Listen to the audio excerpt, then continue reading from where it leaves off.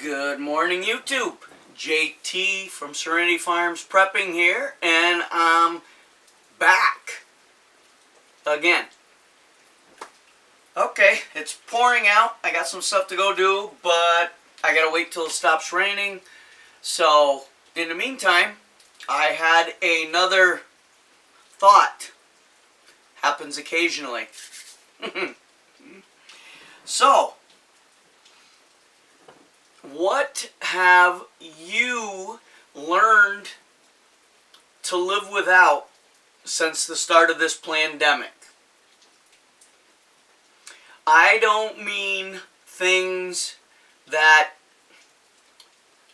you just can't get, you still want, so you're getting by without them and just can't wait until things return to normal so you can do them again. I'm talking about things that you realize you never needed in the first place. We thought we did. Your TV, your radio, your peer pressure. Things had convinced you that you needed these things. Okay? I've been thinking about a list of all those things ever since March. I'm a private guy. I live in the middle of nowhere because I like being away from crowds and other people. Don't get me wrong, I love to socialize. I have a very tight group of friends. I know many people from my years in law enforcement, as a gym owner, as a coach and referee during all the time that my daughters were going through grade school and high school. So I know a ton of people. That doesn't mean I need to see any of them all the time or anytime. I'm not an isolationist. I like socializing. Like I said, I have a group of 4 or 5 really tight friends. The guys come up in the morning to work out. For me, that hour and a half a day is enough if that's all I get on a particular day. Up where my camp is, I can go up there and never see another person the entire time I'm there. I'm okay with that. But when I want to socialize, I can. Very few people know where I live except the guys that work out and my family, who are the people that I hang out with anyway. Okay, that's the people aspect. Most people are like I am, whether they want to admit it or not. Maybe not to my extreme. I know several people that live in the city 17 miles from me and often hear, I could never live like you do out there in the middle of nowhere, no people, no places to go. Well, that's too bad. You're one of the people that are easily going to be herded like sheeple into the 10 megacities should that ever happen.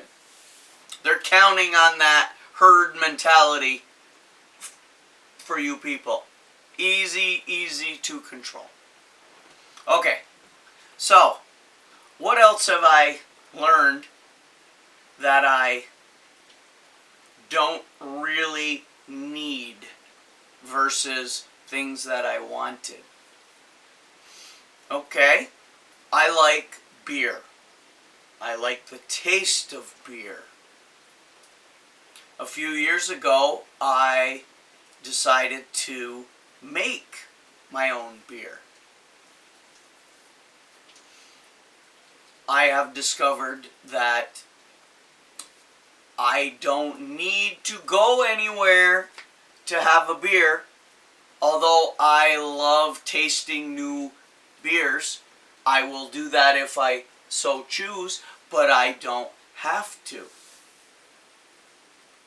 So that is a want if I decide to go meet a friend, taste a couple new beers at a new brewery, have some pub fare. I like that. It's in my element. Crowds at breweries are much different than crowds at bars. The atmosphere is completely different. It's much more in my wheelhouse of country, small groups, people there for the enjoyment of each other's company and having a beer, not the bar scene, trying to pick people up, trying to see how much they can drink in the shortest amount of time, staggering home, getting drunk. No. So, me wanting to go somewhere and try a new beer or experience a new brewery is a want, not a need. As a want, I can easily choose to not do that.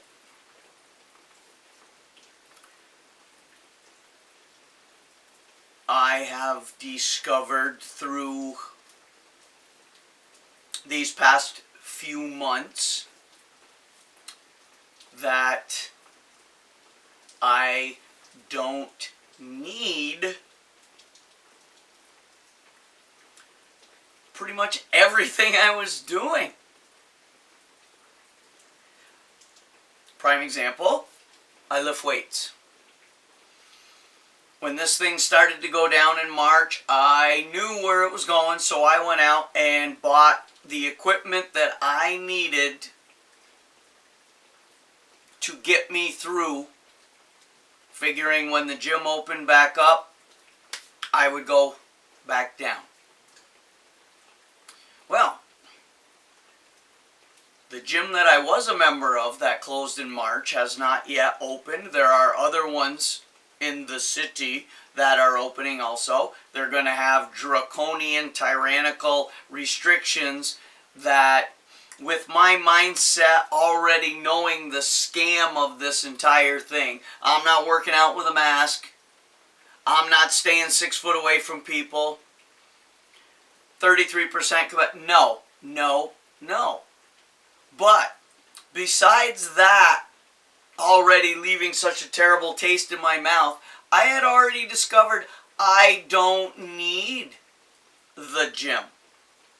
As long as the guys are coming up here, I still hear my weights clanging. I'm still talking to the guys. I'm getting my social interaction while I'm training. I'm staying in shape, and I don't have to leave my house. I was driving 20-25 minutes, 5 days a week, down to a gym, paying a membership, back and forth, getting up an hour and a half early to snow blow the entire driveway, just to drive down, work out for an hour and a half, and come back, spending probably $100 a month in gas just to go back and forth to the gym.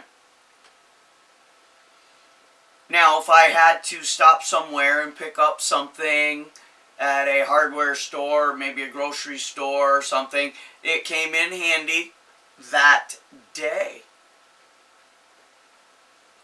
But I don't need to do that anymore. I'm no longer paying a $26 a month membership for a gym that, while I enjoyed it there, it was completely mismanaged. Half the time the hot water was very sketchy. There were always a urinal or a toilet or a sink out of order. It was usually dirty. It was stuff I tolerated because the price was right and I could work around those things. But I was paying for them. I don't need to pay that $26 a month or the $100 a month for the gas. And often I would stop at a store and pick up items I didn't really need, I wanted. So I'm probably saving between $150 and $200 a month by not going to a gym. decision for me will be if the guys decide they're all going to join gyms, again, because they all live in the city, then I'm by myself. What will I decide? I don't know. Once a week I could go pay a day pass fee on a certain day just to see the guys if that was what I was going to. I don't know. I'm happy here because I have the guys. There's things I just can't do without another person here to spot me, and it's just a better atmosphere. Hopefully I don't have to cross that bridge yet, but we will when it happens.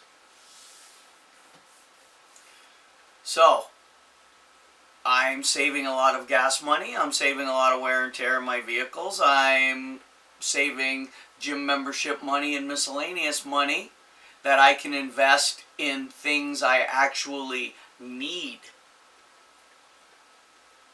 And just save. Like, I want to buy a little bit of silver each month, which I've been doing for a couple years now. I buy prepping items. I rotate my food stores.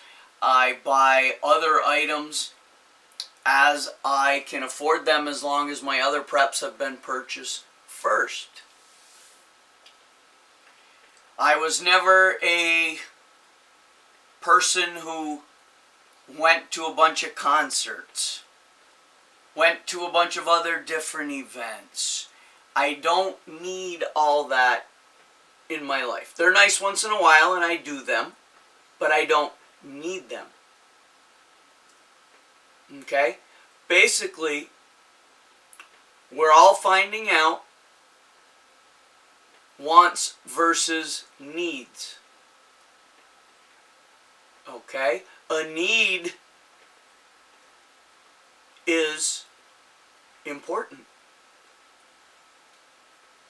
A want might seem important, but I believe a lot of people have discovered through this time frame that it's not quite as important as you thought it was. Sure, there's things we're missing, but we're probably missing them less and less as time goes by. So, this is going to affect an overall mindset and economy of the United States if we survive this and things get back to the way they were. They won't actually be the way they were. Okay? Now people are going out and eating out 2 or 3 times a week, ordering out 2 or 3 times. You didn't do that before this shit. Why are you doing it now? They're doing it just to get out of the house. Because they're not happy just being in their own presence or the presence of their family. I'm not saying they're bad. I'm just saying it shows how little time they spent together, or spent a lot of time together in the same house, but it wasn't quality time. Don't get me wrong. At times you need some space. Go for a walk. Go for a jog. Just go outside and sit on a porch and read a book. These are things that a lot of people are doing now, and a lot of you, as soon as things get back to normal, you'll stop doing them. You'll get right back in your own rut of satisfying wants instead of needs. People are not going to be living above their means if this thing goes south badly, like is the plan. Demick. Alright? You're going to find out real quick exactly the difference between a want and a need. And you won't have either. Right now, most people could be really improving physical and mental well-being. And for an overwhelming majority of people, it's getting worse because they were already in bad places physically and mentally, and they don't have coping skills. Most of the people that were in that piss poor condition already are weak, mentally and physically. That's why they're already there. And now they're just blindly obedient, no spine, no desire, just waiting to be taken care of. Well, you're going to be taken care of all right. So, like, share, comment, subscribe. Let me know what you may have discovered was a want. You don't miss it, and you're working on your needs. How's that sound? For now, JT, signing off.